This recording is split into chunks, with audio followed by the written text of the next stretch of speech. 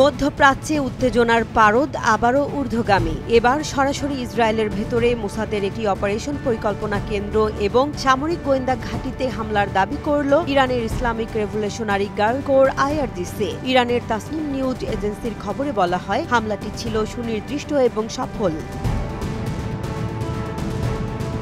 হামলার টার্গেট হার্জলিয়া শহর। ইসরায়েলের উপকূলীয় এ শহরকে অনেকে ইসরায়েলি গোয়েন্দা নেটওয়ার্কের হার্ট বলে অভিহিত করেন। এখানেই রয়েছে মোসাদের বেশ কয়েকটি গোপন অপারেশন সেল ও গুরুত্বপূর্ণ সামরিক ঘাঁটি। ইসরায়েলি গণমাধ্যমের তথ্য অনুযায়ী শহরের একটি স্পর্শকাতর স্থান লক্ষ্য করে চালানো হয় ক্ষেপণাস্ত্র হামলা। আল জাজিরা বলছে, এই স্পর্শকাতর স্থান বলতে সম্ভবত কোনো সামরিক বা কৌশলগত ঘাঁটিকে ইঙ্গিত করা হয়েছে। আইআরজিসি এক বিবৃতিতে জানায়, আমরা ইসরায়েলের অভ্যন্তরে একটি সামরিক গোয়েন্দা কেন্দ্র ও মোসাদের একটি পরিকল্পনা সেন্টার সফলভাবে ধ্বংস করেছি। যদিও ইসরায়েলের পক্ষ থেকে এখন পর্যন্ত হামলার ক্ষয়ক্ষতি সম্পর্কে কোনো আনুষ্ঠানিক স্বীকারোক্তি আসেনি।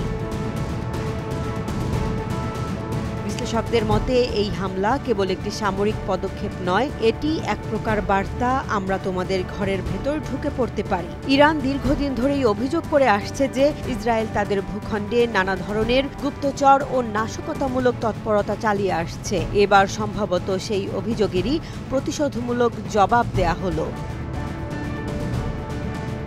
এদিকে একের পর এক প্রতিক্রিয়ায় বিপর্যস্ত নেতানিয়াহু সরকার।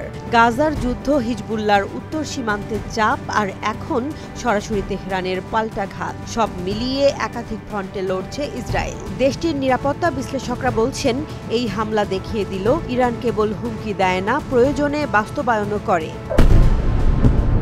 ইসরায়েলের গোপন গোয়েন্দা ঘাঁটি ভেদ করে ক্ষেপণাস্ত্র। ইরান বলছে তারা মোসাদের অপারেশন হাব ও সামরিক ঘাঁটিতে সরাসরি আঘাত এনেছে। উপকূলীয় হার্জলিয়ায় বিস্ফোরণে কাঁপছে গোটা তেল আবিব। এই হামলা কি নতুন যুদ্ধের সূচনা? বিশ্লেষণ বলছে, মধ্যপ্রাচ্যে চলছে নতুন ধরনের ছায়াযুদ্ধ।